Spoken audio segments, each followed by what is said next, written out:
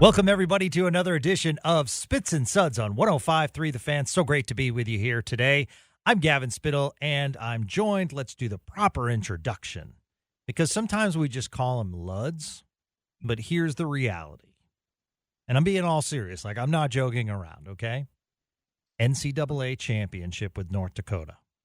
Two of them. 2 NCAA championships, as I was just told in my ear and over this podcast. 2 NCAA championships, which alone would salt your legacy. 17 years in the NHL. How many more Stanley Cups? 2. Couple. 2 Stanley Cups. And he's now teaching the youth here in DFW the great game of hockey at an elite level, might I say, to the point where, if you haven't heard the Cross Hanas interview yesterday, check it out on Spits and Suds. Cross, when asked about Craig Ludwig, said unfortunately didn't get the chance to play for Craig. He is Lud's Craig Ludwig. How'd I do? That sounds like a good show. We could wrap it up right here, couldn't we? No. Not with the song. We need the song too, right? Yeah. Clear the front of the net. That really big shit pass. Got a lot of Oh my God, let it go. What do you think? I think it's awful. So you And don't want that as our sounds Spits awful. and It doesn't Suds? even sound good. You don't which want is that okay. as our Spits and Suds intro? Yeah, I think I'm sure we could play a little Metallica. We could play a little Pantera. Okay. You know, you could play a little Pink. Since she doesn't come to Dallas, Texas anymore, you could play a little Pink. That's true. That's you'll probably blame that on me too. So No, that's not you. You have no relationship. I'll go out on a limb and say you have nothing to do with Pink. right. So I can't put that on you. I know where you were going. I know that deep dive you were just thinking. Yeah. So the reason we can't play Metallica or we can't play anything, just so Spits and Suds listeners know, is that Oh, don't even get into yes, the little fees that you guys make. You guys are printing money over there, okay? You have this big conglomerate of radio stations and everything else. You could play a little Hell's Bells. we can't. Oh, come on. Yeah, it's unfortunate, but so we'll stick to just talking. How's that?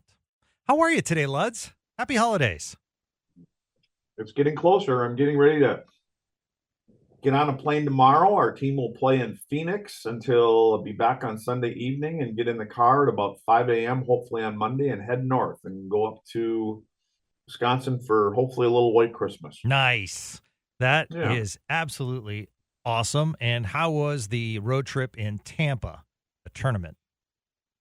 Well, it wasn't a tournament. We played one team up there, a team that had come to Dallas a few weeks ago, and we won all 3 games, but some bad habits creep in, so we're trying to get them out of them before they play. We've got our first 2 games this weekend are against 2 teams that are ranked in the top 10. So it could be an eye opener, but that's what it's all about. We'll see how we do. Yeah, absolutely. So today I want to get into some specifics having to do with the Dallas Stars coming off a victory. They play Friday night against Ottawa and then on Saturday against St. Louis. One of those specifics that I want to get into, 17 years in the league as a defenseman. Craig, I keep hearing the talk of if Miro was on his strong side. And I've been meaning to ask you that question. How much of a difference as a defenseman does that make being on that strong side? I would say it makes a difference, especially for an average player in the NHL. Miro Heiskanen is not an average player. He's an elite player. But you see things differently. Now, especially if I don't know up until now or the last couple of years, has Miro ever played the offside? My guess would be probably at some point. Otherwise, they just wouldn't take him and move him. So there's different ways to approach it. I was never a guy that ever felt comfortable over there. Shit, I didn't even feel good on my own side most of the time. So, you just things are different, and you're finding that you're making a lot of plays on your backhand. As far as you get it on your normal side, and it's a natural thing to be able to move the puck forward. The way people will defend and they get sticks, and you find that you're moving the puck, off to your backhand side. Although Miro's got pretty quick hands, he finds a way to get to his, So I don't, I guess where my guess is that the reason that conversation comes up is not because of his offense. It's probably because of his defense. And you look and Miro's, I think he's like a -6 on a team that's playing over 750. So, but you have to understand is he gets the top lines from teams and matchups and everything else. So, and I don't always put it on Miro. Sometimes it's a partner. It's playing as a duo back there. So, and then again, I've beat this whole drum thing. Is there's quite a few times that when you go ahead and dissect a goal against, this team plays a little bit of man on man in their own zone. And what'll happen is you find your guy and you just kind of skate around with them. Yeah. And the next thing you know, you're above the tops of the circles and there's two forwards or a forward in front of the net covering and defending in areas that they probably wouldn't normally have done over their careers unless they played in the system. So, but again, I say this all the time. Look at where they are. They're sitting, a point out of first place and on their side, and they're winning hockey games. Yeah. And yeah. Do you notice, like me, I don't feel as though they don't check enough, like up against the boards. They use their sticks a lot. Is that something you notice too, Craig? They're just not a physical team. Yeah, it's not a physical game anymore. It used to be where, your job as a defenseman is you go in, you seal, and you finish. And you finish that guy, you hold him for a second or two, somebody comes in and picks up the puck and you move on. You do your job, they do their job. And now it's more of a fluid game. It's more, if you're going in to defend, you're playing the puck before you're playing the man. I can't stand it, but it's the way it is. It's the way the game is played now. It's the reason that goals are getting close to 6 to 7 goals a game, both ways. And it's, the speed. And again, it's the way I'm sure a lot of these players are playing coming up, through college and through juniors. And, and again, we know that there's been an attempted crackdown on physical play. Yeah. We've seen that, but it makes for an exciting game. Again, I was sitting up there on Saturday, Joe Neuendijk and Brad Lukowich, and we're sitting up in the suite watching the game, and you could just see, Jesus, what is that? But that's just the way the game is played now. You're sitting up there with 3 older guys that have played in a different era, and but again, for me as a fan, it's an enjoyable, fast game for me to watch. It's not the way I try to get our players to play. We let them play offensively, but they have to know where to be in their own zone. We would never play that kind of a system for reasons that I just talked about. And, so it's just different philosophies, right? It's, you can go on and Dallas can go on and win the Stanley Cup, and you can come back to this conversation and then they'll say, what do you know? They just won the cup, so. Well, one of the things I also wanted to talk to you about is, for a while, goaltender interference was, kind of the talking point in the hockey world. Well, now a major talking point is the hits against the boards when the player is basically checked, but the checking player is looking at their numbers. And I think one of the things that's the perfect lead in you talk about where, it's become a skill game. And I guess my question is, as a coach now with the youth, are these kids, do they work on the art of hitting and or the art of taking a hit, because some of these hits are bad and it's going to result in some, we've seen it, some serious injuries. But at the same time, Craig, like, I just wonder, like, these players now are going up against the boards and basically not turning their head on a swivel, knowing that a player's coming. They're not looking around. They're basically just concentrating on the puck, and, you know, they're getting hurt. And I'm not saying like the players should hold up, but at the same time, I mean, back in your day, there was the art of avoiding or absorbing a hit. They have no fear because the rules say you're not supposed to hit me from behind. Yeah. And, I go back to a few years ago, and I don't know where it started, but there were stop signs put on the back of their jerseys where the name tags would be. I love that. You would. No, but I mean, why not? I mean, if it's, well, how's it it because that's the way they play now. They're not supposed to hit me from behind. I have a stop sign back here. How many people run stop lines and red lights and cause deaths and accidents? So they get into this habit as a kid where I have a stop sign back there, so he's not going to hit me. Well, let me tell you, there's always going to be a couple guys that are going to hit you. And I did, Alan May and we did checking drills. And I'll never forget the first time, and this is 15 years ago. And you'd line them up against the boards, spread them out all the way around the rink, and they would be facing the boards. And then you'd come up behind them and you tell them to get down on their stick and get their sticks, on the ice like you're protecting a puck. And then you just come up and you just kind of push them from behind and teach them how to get their hands up on the glass and almost use their hands as a shock absorber to absorb that hit and to keep your head and things away from the boards. Well, you would not believe the number of kids in the process of taking their sticks off of their knees when they're down, when they're coming from down on the ice where the puck would be, up to putting their hands in the glass. They would take their bottom hand. If you think about the natural position of your hands, they would take their bottom hand off their stick and turn it around like they were going to do a push-up. They would take their hand off their stick, and in the process of that, they're falling into the boards, and they just crumbled. Instead of just bringing it up, keep your hands on your stick like you normally would, they would try to turn their hand around like you're not a good reference for you, but if you were going to do a bench press, not that you've ever done one, but you have your hands on the bar, both your thumbs and your hands are, they're pointed forward or up. On a hockey stick, your bottom hand is turned, where your fingers are up. On the top hand, it's where your fingers are down. They would take their hand off of there and try to do it like they're going to do a dumbbell press.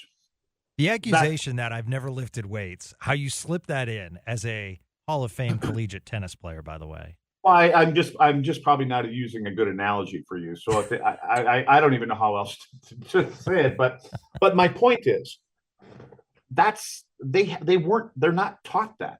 And our goal wasn't, it was a checking camp. And it was 80% how to receive one versus delivering one, how to protect yourself. But again, I go back to the stop signs. You love it because then you think that, but if you're going to play against me, I'm going to tell you at a certain point, I'm going to pretend there's no stop sign there. But their mentality is you're not supposed to hit me. So that's why I never liked it. Okay, now, disclaimer. I like it up until a certain age. I'm not saying do it in the NHL. I'm not saying do it in juniors. I'm saying like pre-juniors do it. Before juniors, before they go into a physical sport. Right now, they can't even check until they're like 16 or 15. Yeah. That's ridiculous. From where we sit, it's ridiculous. Because look at the size differential in players. There can be really good players that are 15 years old, and they may only be 5'3", but they're playing against other players at times that could be 6'1".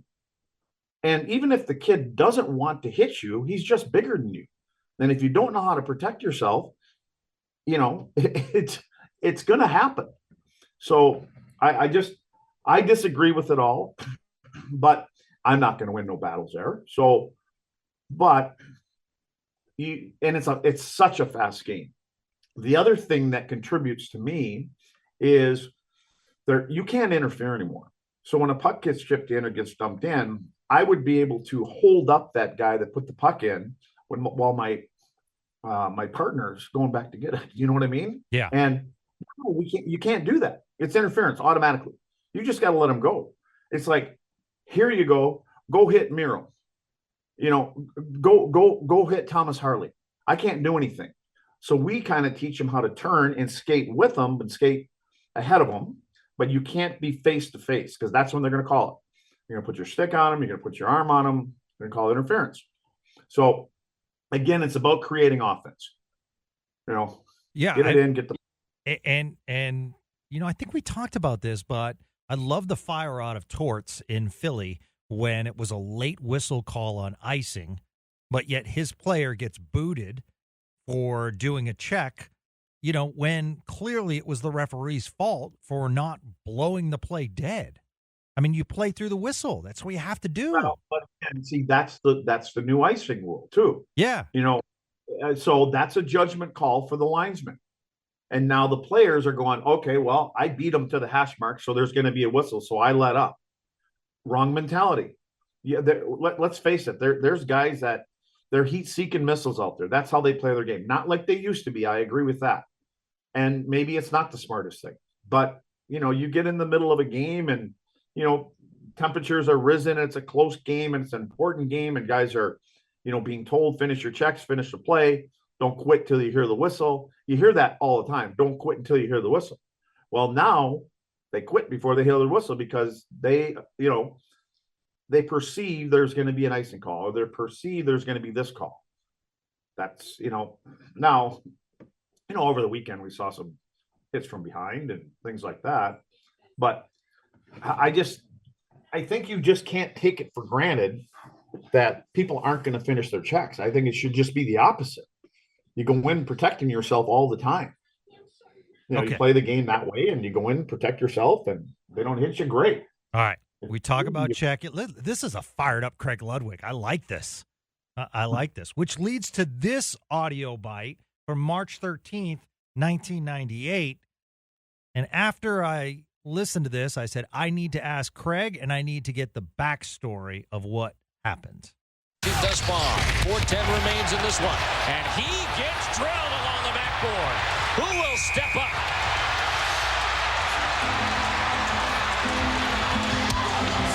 Oh my, what an elbow by Craig Ludwig to the jaw of Steve Ruchin.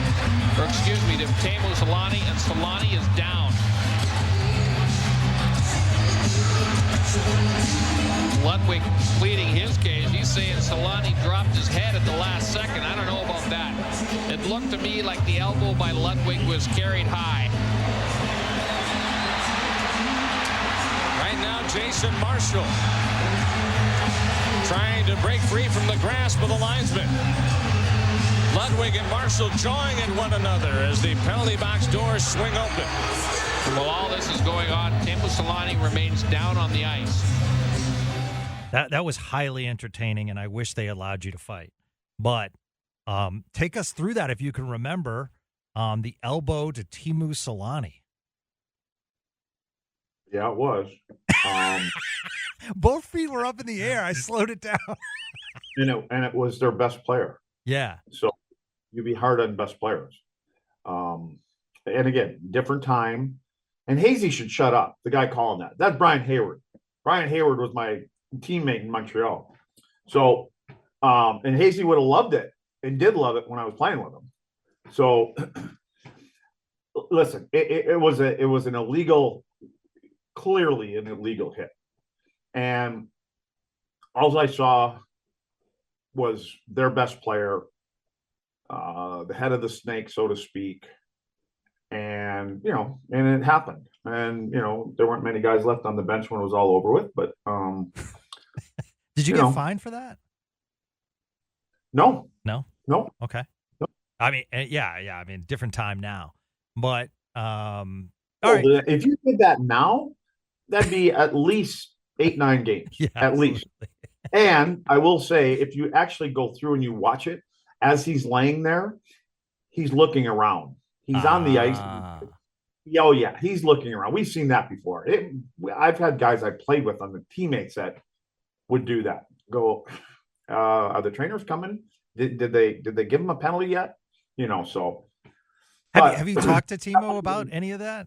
Like, have you seen him in circles and talked about, the playing days or?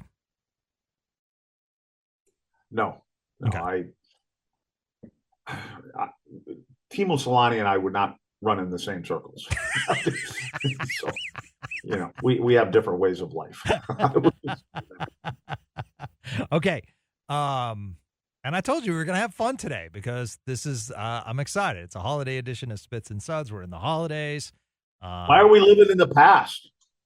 Because I enjoy the perspective. I really do enjoy your backstories. You don't want to hear it, but I think you're a really good storyteller. And I think our Spits and Suds listeners like to hear the stories, from the Cup year and the backstories and what you were thinking. I really do. I mean, listen, I like this podcast because, like speaking with Cross yesterday, I was asking if he missed Whataburger, asking about his Mount Rushmore in Texas. Like, I just feel as though if we go like hardcore hockey all the time, which we do talk a lot of hardcore hockey, it is going to be what it is. But you have a terrific personality, so I like to bring it out.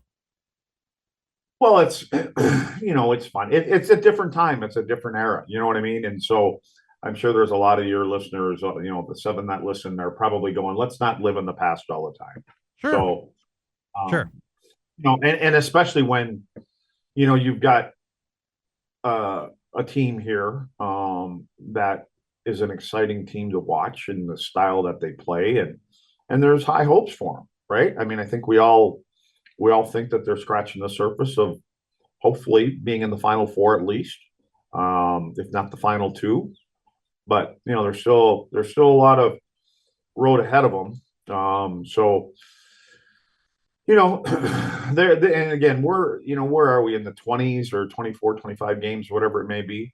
I don't think they're playing their most consistent hockey right now. I know you don't like talking about what's the current things that are going on in the world. You want to seem to get in your time capsule, but well, I mean, I think these two games, while they should be 4 points, are going to be a tougher 4 points. I mean, Ottawa has to, Ottawa is one of those teams, Craig, that can show up on Friday. And I mean, we've seen the Stars actually struggle against Ottawa, and they have a lot of talent on that team, just haven't been able to put it together. And then Craig Berube gets fired last night after losing to Detroit / the Grand Rapid Griffins with all their call-ups, and Dylan Larkin down, and St. Louis said, okay, we're going to make a change. Fingers crossed for Steve Ott.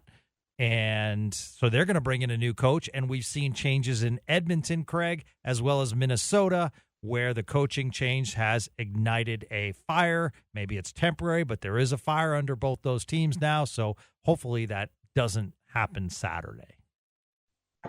Yeah, I mean, Otter's not getting the job. They've already named a new coach. So no, I was just hoping he keeps his job. He'll keep it. I think, they're doing it in-house. But I'll tell you what the kiss of death is when your GM comes out and tells you that your job is safe. Yeah. So, Chris Berube and everybody loves him. And he's a hard-nosed player. He was a hard-nosed player. I think he's a straight shooter. But I think what Doug Armstrong sees in his team is, I think they surprised him a little bit from where he thought they would be as a team. And, they don't want to call it a rebuild, but it's more of a retool. I think he knew it was going to be a little, not the same cup year that they had, even though they didn't have the best start when they won the cup and they turned it around, but what happened is the team started playing maybe better than he thought, and they're knocking on the door of a playoff spot that maybe he didn't think was going to be, within reach at a certain point in the season. And it's about the voice, I mean, I think Brooms has been there for 5-6 years. So, maybe a lot of times that's what it is. And I mean, how many times have we seen it where coach comes in Minnesota, just a brutal team, and they fire Dino. Yeah. next thing you know, they rattle off 5 or 6 wins in a row. Yeah. You know what it normally is as a player when a new coach comes in, you for the guys that are playing well, they have to continue to play well. But for the guys that maybe weren't getting the ice time that they think that they should have, you get a second chance. And you get to show the new guy, like, wait a second, why was this guy only playing 6 minutes a game? Like, he does this and he does that. So you get a second chance. And so I think sometimes there's that change in coaches that, you're scratching, we're close. And even though there's a lot of, track left to play in this year, but let's see, because it pretty usually, I don't know what analytics will tell you, but typically when a new coach comes in, they get some kind of a bump as far as wins and losses go. And maybe Army's thinking, you know what, let's see what we can get at, bring in a new voice, a new guy, not necessarily new because he's been around there, but some different direction in the room and a different voice that, players hear, and maybe we'll win 6 out of our next 10, maybe win 7 out of 10. Next thing you know, we're, right there in a wild card spot. So, Army's a smart hockey guy. Yeah. He's been through it a lot. He's surrounded himself with a lot of Hall of Famers and a lot of people that have been in this game for a long time. So, he probably sees an opportunity and believes his team can, find a way to secure a playoff spot in the next 20, 30 games. A couple of interesting Stars notes. One, I just continue to be so impressed with Jamie Benn in the faceoff circle. And while his stats might not show up on Monday night, I think he had an assist. What he did, I think it was nearly 80% faceoff draws on Monday, not to mention his net front presence. I think he just did a lot of small things. Interested to see how Wyatt Johnston can get out of his slump, because started off on a tear and has just gone away. So interested to see if he can pick that back up this weekend. And I was thinking to myself as I was watching the game as Rupe Hintz returned, Craig, he might be the guy that you can't have out of your lineup. They're a different team. And granted, he's one of their best players. But I was just thinking through, and it's got to be Hintz. If you're talking multiple games, it's got to be Hintz, Ottinger, and Heiskanen in no particular order. But I think Hintz might be at that top because the 2 games that he's missed, they're missing something. He's a driver. When he's on the ice, he backs everybody off. He backs opponents off with his speed, and he's got the hands and the tools to go along with it. There's no doubt he is the centerpiece for me. I mean, there's a lot of talk about, again, like you said, Wyatt and Robo, what Pavelski does. That, and the number 2 for me right now is Matt Duchene. Yeah, he's special. He's a driver, and he drives that line. I mean, let's start with Jamie. You kind of summed up who Jamie is in a way. I mean, Jamie's a monster in the faceoffs, and that's all strength. He finishes his checks. He goes to the front of the net, and I don't know how many times I've used Jamie as an example with our players. Like, so many players will go to the front of the net, and as a defenseman or somebody else is taking the shot, and when I mean the front of the net, I don't mean the front of the net. I mean the goaltender. You take his eyes away. Jamie goes there. He stands straight up and down. He looks around behind him. He makes sure, like if he sees the goalie peeking over his right shoulder, for instance, he'll take a step to his right because the goalie's trying to find the shot line and the sight lines. So Jamie, he just does it the right way. There's too many players that go to the front of the net, and if somebody's getting ready to take a shot, they do the Toro, like the bullfighter, and they just step to the side. Well, that does nothing. You took the eyes away, and now all of a sudden you gave the sight back. So Jamie's willing to stand in there. A lot of that is trust, knowing where your teammates are going to shoot the puck and where, not going to be above the goal, the bar. Physical guy, stands up for his teammates, basically reads the temperature pretty well of a game. So, and Wyatt's a good kid. And like I said, so many times he's learning so much from his stepdad and Joe Pavelski, and he's going to get back on track. Like he's just too good not to. So but again, that line, it's for me with Sagan, and Duchesne and Marchment, you know, they're for me, that's their number one line right now. And when the other three guys are together and they have their rhythm, they're going. But you look and I think those are the top three guys in scoring for the Stars, right? That line. Yep. Otter, Belsky, and Hintz. Hintz is a +2. Robo and Pavs are minus players. They're probably -4, -5 in that neighborhood. So, they're like a +3 or whatever, or a -3 as a line. Go ahead and look at the Duchesne line. They're probably about a +11 or 12. I don't know exactly right now. But so what it kind of tells you is they're doing some work on the power play, the Hintz line. But they will do it 5-on-5 like they did when you get a steady diet of Rupe. When he's in there, they've moved Robo around a little bit. I'm sure that's trying to get him going a little bit at, different spots. And, but that other line is, I don't know why they don't start with them on the power play sometimes too. I mean, they're just dangerous when they're on the ice. And to me, that's what you need you need a driver. And that's what Rupe is. And that's what Matt Duchesne is.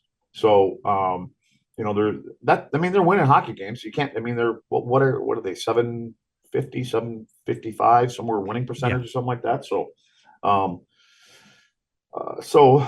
and I don't think they're close to running on all cylinders. So, Right. The question is always going to be for this team is, what group of six do you have back there? That's I'm talking about playoff hockey. So I'm just super impressed with Thomas Harley. I've said that before. I don't think anybody really knew that he was, he can shoot a puck like he does. And but again, back to Miro. Miro's got another level. There's no question. I think offensively, yes. Yeah. I mean, defensively too, Craig. But I mean, I just think, and I hate to do this, but I mean, and it shouldn't be compared, but I have him like compared to Hughes. I have him compared to McCarr. Players like that. Even Doughty in L.A., who's having a great bounce back year. I mean, those guys are so good offensively. Well, I told you this, like maybe it was last year. Miro from the top of the circles in the offensive zone is not in the same category as some of the guys that you mentioned. Yeah. But that's okay. He does so many other things, and he's playing 28, 29 minutes a night. So which the other guys that you mentioned too do that also. But yeah, the whole left side, right side thing to me, I'm not sure. I mean, that's a question you'd have to get an honest answer out of Miro. I mean, hey, would you rather play the left side? But what he would, I'm sure what Miro would say, hey, I'll play wherever they want me to play. Yeah. I'd be interested also to see him with like, say Seattle's like, okay, we're not in it this year. And you could pick up an Adam Larson, let's just say a right shot defenseman, pair him with Miro. I'd be interested to see what happens. Yeah, I think a right-handed Thomas Harley is the perfect guy. Yeah, it's interesting. Yeah, you know what? Sean and I have talked about that on this podcast as well. I just think that, you have that guy that understands when you play with a top guy and especially a guy that can drive some offense from the back end, you have to be able to let them do what they do. And when there is a breakdown defensively, when it's coming out of the offensive zone, going through the neutral zone, and it's a 2-on-1 or it's a 3-on-2 with a forward back instead of you have to have a partner that knows how to play those. I'm not really super crazy about how a lot of people in the NHL play 2-on-1s now, defensemen, by moving too early on the puck carrier, and then they just open up a passing lane. And and it's hard enough for the goaltenders to stop a shot, when they know where it's coming from and when it's coming, versus you get below the hash marks and all of a sudden they've got to go from post to post to make a save. So, not to mention the stick getting in the way so you can't see it as fast or it might get a deflection off the stick. Yeah, but you know what? That's still part of the defenseman's job. And you'll hear me scream all day, all game long, stick on puck. for a defenseman. Even the forwards, all the time. You have to use your stick. It gets there a second before you do. So the more that you can get your stick out there, especially on your outside, you get the stick on puck, and it affects the forward too. It'll push them a little bit further towards the boards. It'll make them want to make a move that they really don't want, and then it pushes them to a little bit worse shooting area as long as you have that. And these guys are all so big, and they have long reaches. So the more that they can always get that stick on the puck and get it into a passing lane, it makes it more difficult for the forwards to get it where they want it to go. If you ever have a question for Craig or Spits and Suds, just feel free. You can direct message me on Twitter or at GJ Spittle, and we'll get to it. Had a great conversation with Kyle White. He's a Spits and Suds listener. Wanted to give him a shout out, but he asked something interesting. I said, I'm going to ask Craig this, and I'll give you my answer. He says, Gavin, if there was one rule you could change, what would it be? Mine would be that offside wouldn't be challengeable. If it wasn't called in real time, then they were onside. And I countered with something that I don't think that will happen. And I said, within the final 2 minutes, if the team that is leading commits a penalty, the game is extended to complete that 2 or 4 minutes. Too many times I see clutching, grabbing, because it's better to take a penalty in the final seconds. You can now ice the puck without penalty, and you potentially saved a goal with that penalty. But if there's 30 seconds left and the team winning commits that penalty, the game is extended an extra 90 seconds. What did you think of Kyle's reviewable offsides? What do you think of my rule change? And is there something in hockey that you would like to see changed? Well, the only issue that they'd probably have with the extending the game is, they're trying to get the games under, 2 hours and 15 minutes. So that's, I can see where there's going to be pushback there. You're going to get, and you have to remember with all the rule changes that, it goes through the players, and so the players also have to be able to say, we're cool with it. The offsides thing, I mean, again, they're just trying to get it right. And there are times when you swear that a play was not offsides or it was offsides, and then you find it's offsides. So I'm kind of ruled out. So I don't know if there needs to be any more rules. I just don't understand how. The only thing I don't get is how come they can't get some kind of a GPS thing in the puck and on the goal line. So all these, the goalies are so big, and there's so many, like when it's across the line, it's across the line. They can. Yeah. They can. They don't want to. The NFL can as well. And I'll tell you why, because I am going to bring up tennis. These guys no. This is a serious thing. These guys in tennis are shooting, serving at 150 miles per hour.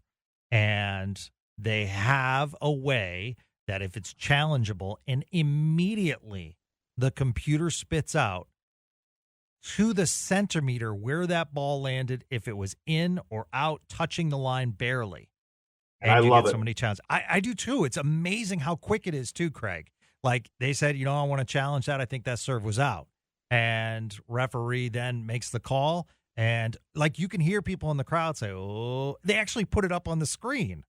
So the players can see and the crowd can see. And then they start cheering or they're like, oh. And to me, it's like how, Craig, tennis has had this technology for like 10 to 15 years. Yeah. And the fact that they can't put it in a puck or a football, it just doesn't make sense. That's a great one, actually. I know you said you didn't have one, but that's a great one. Of is the 3-on-3. I enjoy the 3-on-3. I know people think it's getting old and stuff like that, and I can understand their point. But I think it's exciting because it's the top players in the game, right? The fastest one, the most skilled they're all. But I just don't like. I think I don't even know if you can have a shot clock. I have no idea. But if there was whether it's a shot clock or once you're across the blue line, you can't bring the puck out of the zone, because I don't like that part. It takes out of the back and forth. I think what people love about the 3-on-3, if they still love it, is the back and forth. You can have a chance at one end and somebody misses the net, and then there's a race down to the other end. Then it goes back the other way. That's exciting. But when players come in and then they don't like what they see and they go back out and they cycle and they circle and they come back in and then they do it again. And, and it's an advantage at times because, you change ends.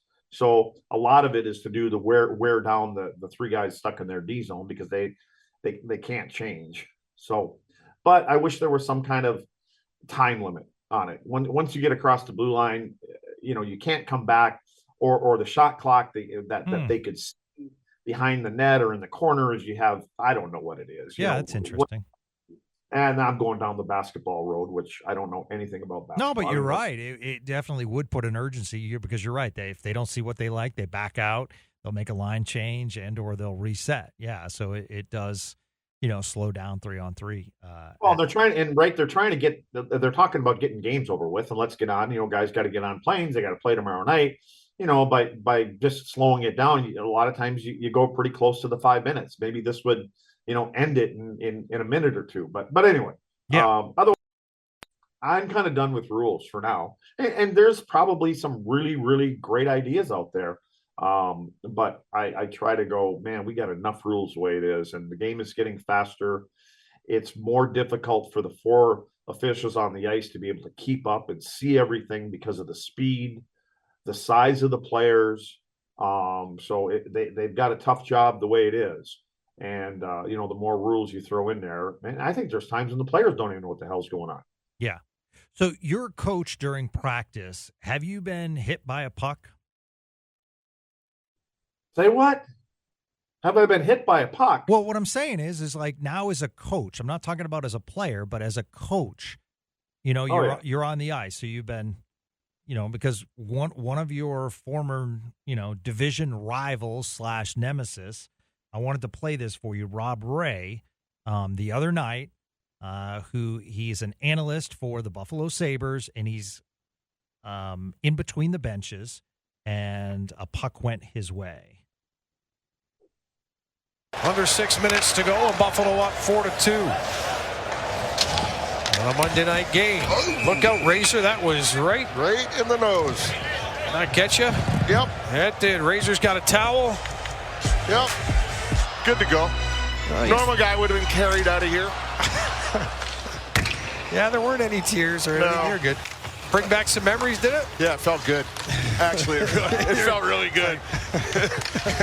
It kind of like, give me a stick. Let's go. Yeah. I mean, you could see, I watched the video, and it was a pretty good gash that they had to clean up quick. And he had, obviously, to get stitches. But that's why I was asking. And, he was, I was looking, and you guys played in the Adams division at the same time. It was a tough guy.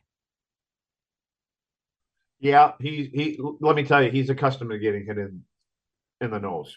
So yeah. Maybe not with the puck so much, but in that era, Razor was he was one of the toughest, and so he knew what his job was, and so he probably doesn't even have a lot of feeling in that nose, anyways. Most of us don't. So yeah, I've been hit. I got drilled the other night in one of our games too, and but he's right. It feels good, like it.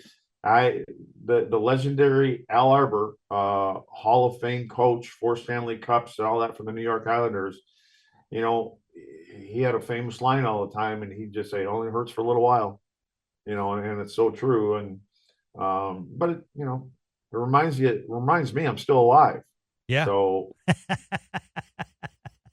I jump in the drills with our guys here, and I don't, we don't have any pads on or nothing like that, but I forget times, I'll go out and I'll kill penalties against our power play when we're working our power play. And so I'll go out and kill penalties, and I'll forget I don't have pads on, and I'll jump in it, and the players, they feel terrible, but dude, that's not on you. That's on me. It's old habits. Don't worry about it. Oh, wow. So like naturally you'll try to block the shot.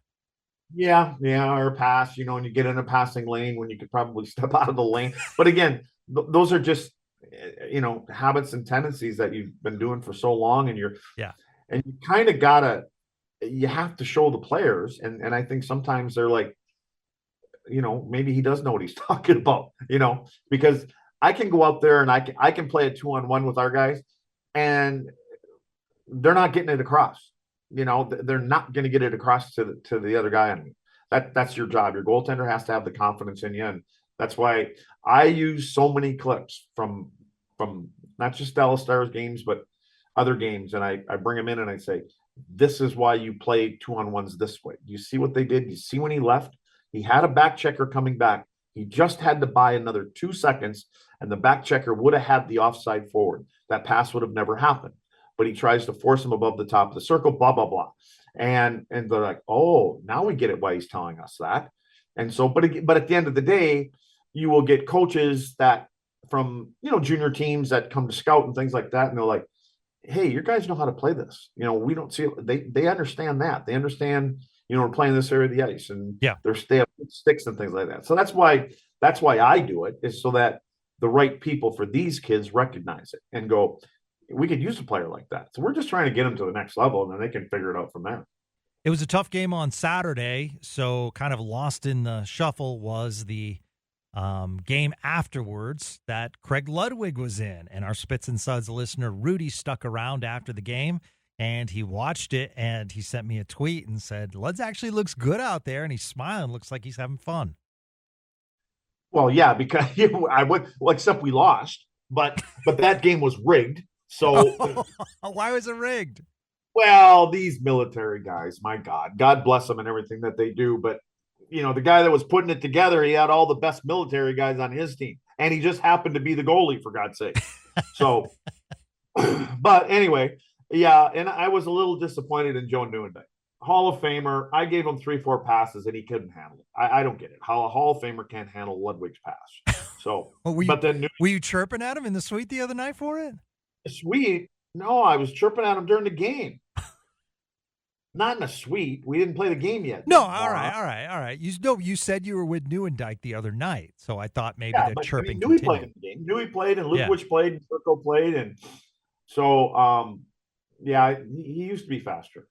But in Newey's defense, hasn't been out there in a while. Like when he played in the Hall of Fame game, when they had the NHL inductions and thing like that, they played a game. I think it might have been on Sunday or Monday, and they had a bunch of legends back, and Al Shemsky was there, and Shelley. They had a bunch of guys that played in that game. I think Eddie. I don't know if Eddie went this year or not, but anyway, that was Newey's first time, I think, in a while. So got to give him a little bit of a pass. Was there anyone on the ice that you saw from the alumni that you're like, not bad? Our guys? Yeah. No. No, we don't. This is that. To be honest with you, this was kind of the last thing that we found out about our true alumni game.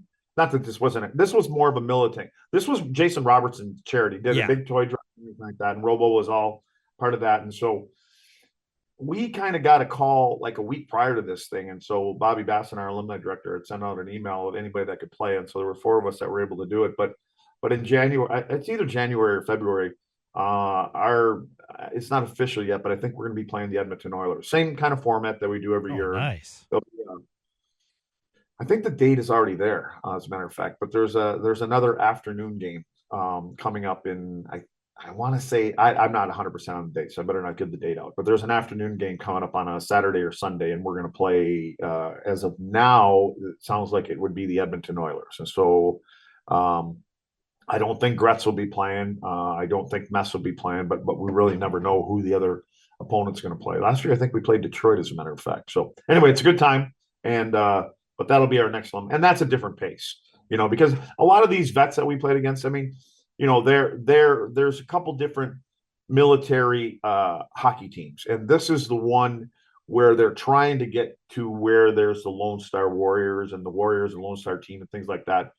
That skate with us on Fridays and things, and a couple guys skate on a couple other nights during the week with us. But so this pace was not the same pace that this was closer to stop than our normal games. Let's put it that way. All right, you want one more piece of audio to finish things, or are you done? Do I want one more piece of audio? It's going viral right now. A hockey announcer gets a little bit excited, and listen to this call. I thought, I said, Luds needs to hear this, so he can chirp a little bit.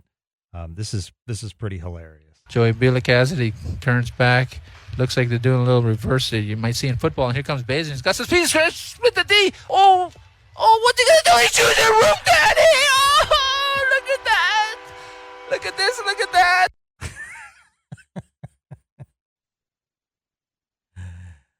What do you think? Is that Craig? it? That was it. That was his call. Was that a seventh grader or what was that? I know it does. It sounds like an Adam Sandler bit is what it does. Yeah. I know. I think only you would think that's interesting. I think it's funny.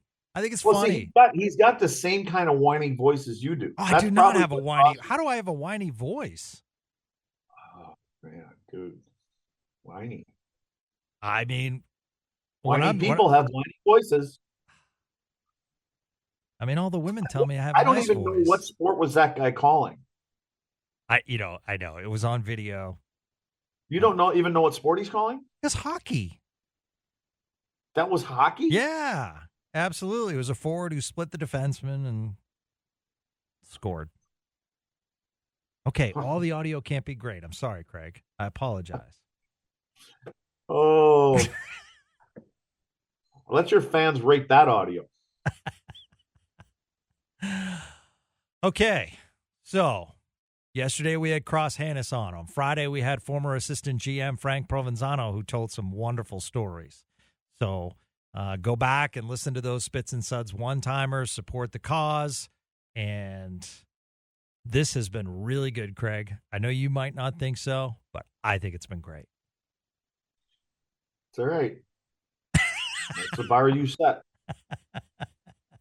Come on, we're growing this thing together, my friends. Let's grow it. Let's Grow. grow it. Let's do something you've never done is grow. Oh, come on, Craig. What do you mean? By the way, did you get my text that you'd never return that our auction was paid for by Big E? By Big E. I did see that. Yeah. Yes, I did. Yeah. I'm excited about that. Yeah, So- I'm glad you're excited.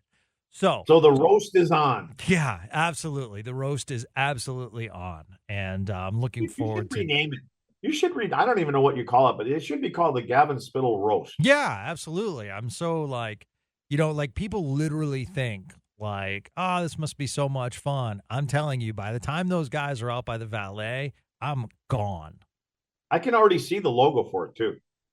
Like it would be a pigeon's body with just your head. It'll be the Spittle roast. Oh man, come on. No, not a pigeon. Come on. You might as well get into it. I take the step. Let's You get a embrace logo for Embrace the fact that people make fun of me for 3 hours. We'll put you on. We'll put you on. What's the show called? Spits and Suds. You're going to be on a spit. You're going to be turning over a small little fire. Yeah. And by the way, fire. at that event, I cannot tell you the amount of people that came out and said, "Hey, is Craig there? Or have you seen Craig? Where's Craig?" And I'm like, "Man, I'm not his keeper." Not to mention, if he was at this event, it would not be close to me. Well, listen, if it's going to be the Spitz roast, we should have an audience. we should allow them to come in and witness it. So you want to do an event that I plan that people make fun of me? Yeah, it's like the Dean Martin roast. Remember those? I do remember those. Yeah, absolutely. That's well done, Craig. Yeah, I do remember those. Absolutely. Foster Brooks. Oh yeah. Yeah. Yeah, I know those are great. Those are great. You'd be Tim Conway and I'd be Foster Brooks. Hey, Tim Conway's a genius. I'll take that. Yeah. Yeah. I'm a regular Dorf on golf, my friend. Or on golf. That reminds me every time I see it, I think of you. I know you don't. There's no way. Yeah, I'm like, there's that little Spitz guy right there. Oh, man. Ah. All right. See, that's much funnier than the audio I played. There we go. Yeah. Thank you, everyone, for listening. Go Stars. Big games this weekend. For Craig Ludwig, I'm Gavin Spittle. Have a great day, everyone. And welcome to another edition of Spits and Suds, your top hockey podcast in DFW. And we thank you so much for that. We are delighted to bring you a Spits and Suds one-timer. And why are we delighted? Because this guy has one heck of a one-timer. It's Cross Hanas, native of right here at DFW. How are you, my friend? Currently playing for the Grand Rapids Griffins. Yeah, doing well. Thanks for having me.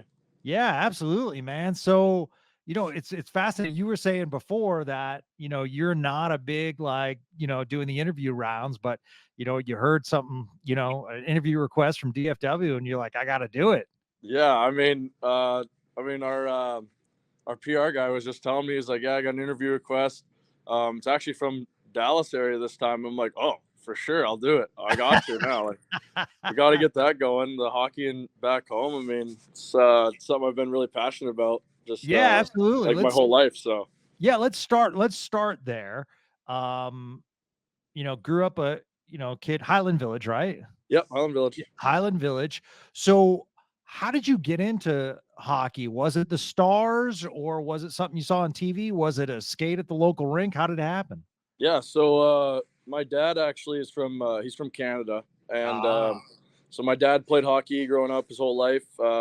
Played in the WHL, and then he turned pro, and then my dad is we moved down to Dallas when I was like an infant, so I don't even remember doing it, but he started pretty much like coaching down there, and pretty much started up like the Stars Elite program when that's all started up when I was about 7 years old. I want to say maybe 7, 8 years old. Yeah, I do the podcast with Craig Ludwig, and I was asking Luds about you, and and he said, unfortunately, I didn't get to coach cross. That was one I missed. Yeah, he's usually part of the U18 team, so I was unfortunately I didn't get to be with him, but I was out of there. I was out of Dallas before I got to be with him. So yeah, what age did you get out of Dallas? So when I was 15 years old was my last season at home. Okay. And from there you went to Portland? Yep. And then I played in Portland as a 16-year-old, which was a big blessing for me. It was huge going to a great organization like that, especially at 16. So, it was an opportunity I couldn't pass up, Is that when the lack of Whataburger kicked in when you were in Portland? Yeah, it's a lot. It's a culture shock up there compared to home for sure. No Whataburger, but and you try to tell people about it, and they're just like, "What?" Like they don't understand. No one. Yeah, so I have that on my Mount Rushmore of Texas, and my Mount Rushmore would include Whataburger, Buc-ee's. Oh yeah. And Dr. Pepper, because it started here, and Bluebell ice cream. How am I doing? I love it. Yeah, I love it. I think that's a great Mount Rushmore. Yeah. I love it. All right. So did you follow the Stars like growing up? Were they your team or was there another team? Yeah, I was a huge Stars fan. I think kind of from when I was just younger, when I started loving the game, really young age. I think just being the Stars being local was great. And I think just being a part of like hockey in the Dallas area, just the Stars had such a big influence on a lot of kids who played and stuff. And fortunately, a lot of my a couple of my teammates' dads were in the organization, and my best friend to this day, his dad's a big name in the Stars organization. Nice. And so we got to go. Me and Jackson always got to go to games together. Growing up, countless games we've been to together. We used to have same seats and the same route. We'd have an intermission to go get some snacks and just have some fun watching hockey and stuff. So that's so cool. Yeah. No, absolutely. Was there a particular player that you kind of, we all have players growing up that we try to emulate. Was there a particular player? I would say like my favorite player in the league was actually Evgeny Malkin for the Penguins growing up. But like for the Stars, like it kind of varied. Like when I was like super young, I liked I don't know. I think Brendan Morrow was fun to watch because he was kind of a fighter. And when I kind of got a little bit older, learned the game more. And Jason Spezza was on the team then, and I really enjoyed watching him. And I would say like nowadays, I think a guy I like to watch a lot is just like super fun to watch is Rope Hintz. I think just his speed and skills off the charts. So I don't know. It's kind of varied throughout my age, but it's kind of like the trend I had. But when I was at home and we were watching a bunch of games like at the rink and stuff, I think Spezza was the guy I loved to watch. Just his mind and his skill is awesome. So yeah, absolutely. When when I started my season tickets with the Stars, their chief rival was actually Detroit. So it was kind of fascinating going to the games, original 6 in town. So you'd have like a lot of Wings fans in the house, Yeah. and they were kind of our conference rival. Yeah. And I thought that was interesting with you. I mean, clearly it's a business and it's professional, but it's pretty awesome. Now you see yourself in a Wings uniform. Yeah. I mean, it's surreal. Just even to be out there like for preseason games wearing just an NHL jersey, especially like such an iconic logo and uniform and stuff in all the sports is just it's pretty crazy. It's surreal for sure. Was there a DFW player that you connected with, Blake Coleman or the Jones brothers? Yeah. So my dad actually grew up, or not grew up. He when the Jones brothers were growing up, my dad coached them in the Stars Elite program. So I got to know them pretty well. So I see them around the rink a few times here and there whenever they're home. I haven't really connected with Blake Coleman, but he texted me when I got drafted and stuff, which was pretty cool for me. But yeah, like I'd say probably the Jones brothers, and then yeah, I mean I skate with the Gildons brothers a lot, and kind of just like more some guys my age. But I would say the Jones brothers for guys that are back home. I'd say just because my dad coached them and they're around here and there. So yeah. So you go to Portland, and when does it click in that hey, this thing's happening? I mean, going into the league at 16 is it's a good start for sure. You got to be trusted to play in that league at 16. It's tough. It's really hard. It's definitely a learning year for sure. But Mike Johnson and the staff trusted me and 2 other 16-year-olds to make that squad that year, and we had a good team. And I think the biggest thing from that year was just like learning a ton and learning how many good players there are around, not even just in the country or Canada, but around the world, because all the Euros that are there. I think after that season, once it kind of turned the draft year and your name is kind of getting thrown around and being somewhere in the draft, I think that's when it kind of turns like, oh wow, like this is for real, and I got 1 year to prove myself, and we're here now, so I gotta get going. But I mean, I've always believed myself since I was super young to that this was going to be my career, and so I think it's always been a thing since I was young, just knowing that it was for real. So drafted in 2020, and that was COVID. So therefore, it was your big moment was teleconference basically. Did you have an idea that you were going to go in the second round, and how many teams did you talk to through the process? Yeah, so that's actually a pretty funny story actually with the teams that I talked to. So I talked like throughout the season in Portland. We got obviously I was on my team. I had a really top end prospect, Seth Jarvis, on my team. So every team was in the building every single night, which was good for me. I mean, every team got to see me, and guys doing interviews after the games with Seth would always have me or a couple other guys come in after. And I talked to 30 of the 31 teams at that time, and the only one team was actually the Dallas Stars that I did talk to. Really? Yeah, so it was pretty funny, but yeah, it was hilarious. We were it's kind of a joke now, but it's just like I'm in their backyard and stuff, and at home, and it's just pretty funny. But I'm glad things worked out the way it did. Man, is that why you had that performance earlier this year in November down in near Austin? You had a goal and an assist that game. Yeah, I mean, it's for sure fun going down there. Just heading back home, obviously being away from home for so long, so many years now. It's just being able to come back into the state. I mean, I know we're not too close to Dallas, but it's back in the state, and my family gets to drive down and come watch, and which is really special for me just because I don't get to see them too often. But yeah, I always try to be a little amped up for those games, just being a hometown guy, and some kids in the crowd maybe have some signs for me or whatever. And I don't know, it's pretty fun to be there. Oh yeah, that's totally badass. In fact, they're now in your house for the next couple of games. Mm-hmm. And that's interesting because you have the talk around here is Logan Stankoven and Maverick Bork, and Yeah. Bixel did go overseas, so you don't have to worry about him. So, but that's kind of the talk. It must be, fun being on this, same ice with those guys as well. Two of the top prospects in the Star system. Yeah, for sure.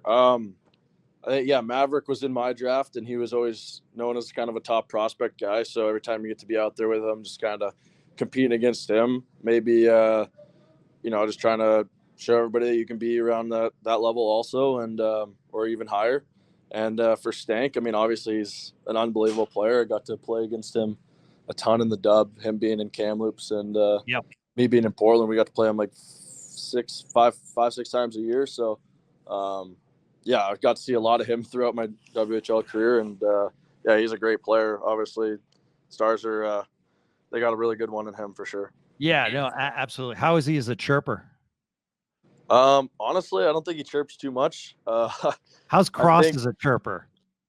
Cross is not a great chirper at all. No, not too much there. But I think with Stank, it's just now that we're in pro and kind of just guys that you see from the same junior league that you come from and you battle against for a while. When you see them on the ice, you kind of have a mutual say like, hey, like here and there, and just see how they're doing, kind of like a mutual respect thing. So it's pretty fun just to, talk to him a little bit on the ice in here, just because we came from the same junior league, stuff like that. So the phone rings. It's the Detroit Red Wings. They're saying they're going to select you. Who's on the other end? Walk the dogs, school drop-off, meetings from 10 to 3, take kids to soccer, then no time left for a jog. When everyone else is relying on you, it's easy to put your needs last. BetterHelp connects you with a licensed therapist online, so you can show up for yourself the way you do for others. Visit BetterHelp.com/positive to get 10% off your first month. That's BetterHelp.com/positive. Yeah, well, actually, it was just the TV that told me. Oh, really? Yeah, it was pretty crazy. It wasn't like the NBA or NFL draft. It was just where they call you in first, and then they'd make the selection. But I was just at home with my family and a lot of my family from Illinois, and we were just watching, and it just came up, and that was it. And then I got a call after from Steve. So. Wow. Yeah. What is that like? Just such an amazing, and you're getting drafted to an organization. You're a big hockey fan yourself, so you see what his success rate was in Tampa. Now he's coming rebuilding Detroit, and you're part of that rebuilding process. Yeah. Honestly, really cool feeling. I think off the start, it's when you get drafted, obviously so many guys get drafted, but then just earning that next spot and earning a contract and actually being a part of the organization, and know that you're in it and they want you there. And once that kind of happened, then I started realizing like, wow, like I'm a part of this really, really great prospect pool that we have here, with all these amazing players we got for young guys. And just like the Steve's rebuild that he's got going, and just being kind of thrown around, my name being in there, just being in that is just, it's pretty crazy. I mean, it really is. What was the biggest leap? Because we talk a lot and it seems as though junior hockey is now sped up. What was the biggest leap from juniors to the AHL that you faced as far as, wow, this is a little bit different?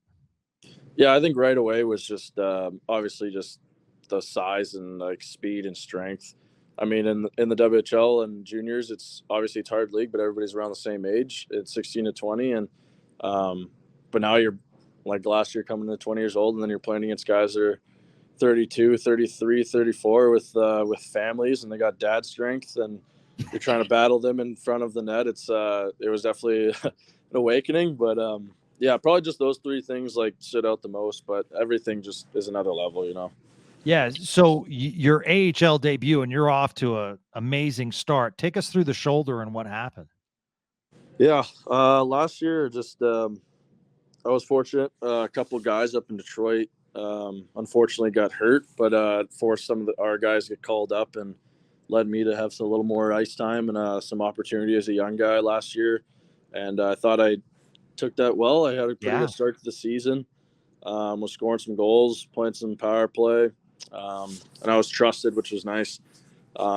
Still learning, though. Obviously, it's a different game than juniors, but and then kind of got a shoulder injury in November, late November, and then was out for about 7 weeks there, and then I came back and played for, I want to say, a month, and then down in Texas got reverse hit by one of their guys, and my arm came out, so I had to get my shoulder all repaired and stuff, so forced me to be out the rest of the year. But it was a tough pill to swallow, but it's stronger now and it's doing good. So, well, one of the things that I was reading your quotes is, and even your coaches said, was your toughest thing is, how much passion and how much emotion you have. So to go away from the ice and be sidelined and then shut down, that was a tough transition. And your coaches talked about in this year's development camp how impressed they were as far as you getting back into the groove of things, but the leadership you showed, because now all of a sudden, you're around guys that are younger than you. Yeah. Like you said, I think that was honestly probably the hardest part, was just that phone call, knowing that you're out for the rest of the year, and you kind of just, I don't know, you got to get surgery and you're out for the rest of the year was probably the worst news I've heard, because it's not even the surgery I was scared or nervous about. It was just missing games and having to watch every single game and not being able to be out there with my teammates and battling and trying to win games and having fun. So that was definitely the worst part of the injury, was just not being able to do anything and not being able to play. But going into camp, I think just this, from the end of the year, the last 3 months last year, going into the summer, throughout the summer, just I knew the type of work ethic I have for getting back, because I knew the feeling was brutal not being able to play. So I worked really hard to get back and rehab my shoulder back and get strength and stuff. So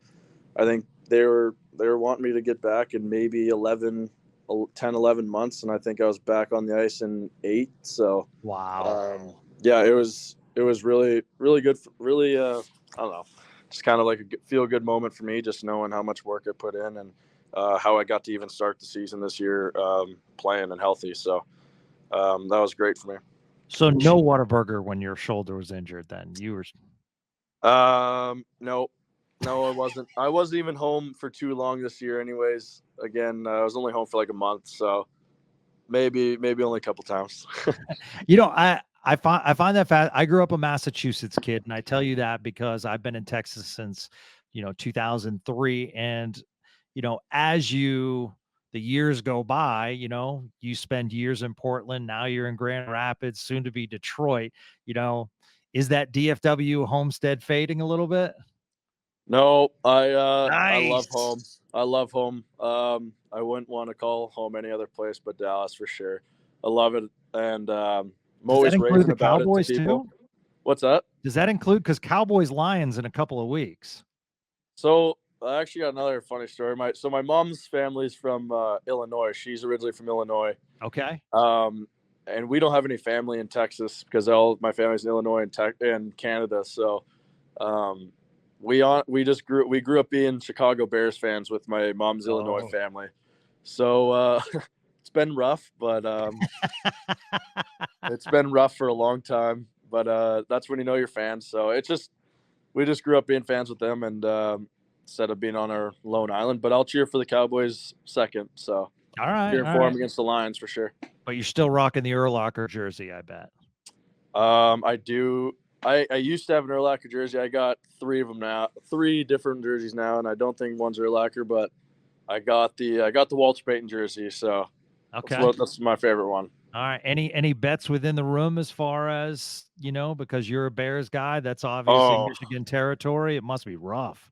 Oh, I have to eat a lot in the room here. Eat it a lot. There's so many guys that are from Michigan here on this team, and they're all Lions fans, and it's just a straight gang up on me all the time. And just ruthless sometimes, and it's brutal. But we took care of them this week in Chicago, so they've been quiet today. I'll tell you, the history of Grand Rapids in hockey is special. You guys do a great job. What is it, 6,000-7,000 a game sometimes? Like that's your average. Yeah, maybe attendance. probably more. Yeah, it's great. I mean, you're right behind like awesome. the Hershey's and the Levons and stuff like that. I mean, it's one of the top franchises in the American League. So sure. it's nice. I bet going in front of a nice house for home games. Yeah, it's awesome. Van Al Arena's been great. The crowd's awesome. The arena's new. The locker room's new. We got a great setup in the gym. It's got a great lounge here. Like it's everything you could want. Like there's nothing we don't get. So it's just it's been great. The fans been awesome.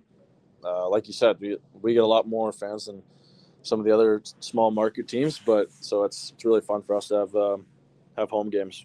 There was a small part of me that wished that this interview was canceled because you were going to be one of the ones called up to play in Dallas last night. I mean, the whole fourth line of Detroit was your teammates.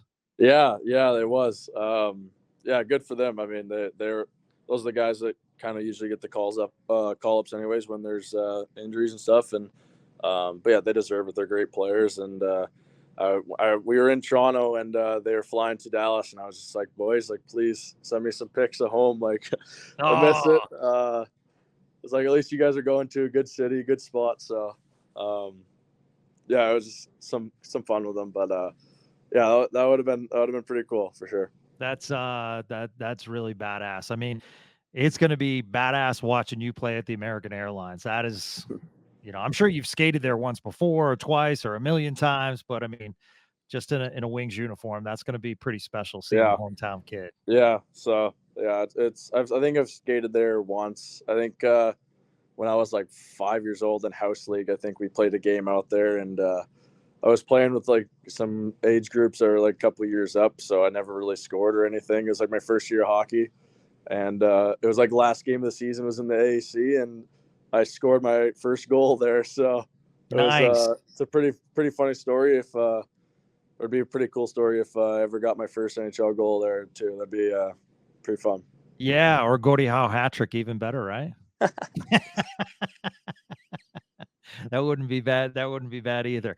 Well, thank you for taking the time, man. I know you don't do a lot of these, but DFW proud, and we love promoting the local products. And we're so happy for you and continued success. I'm glad the shoulder's feeling great.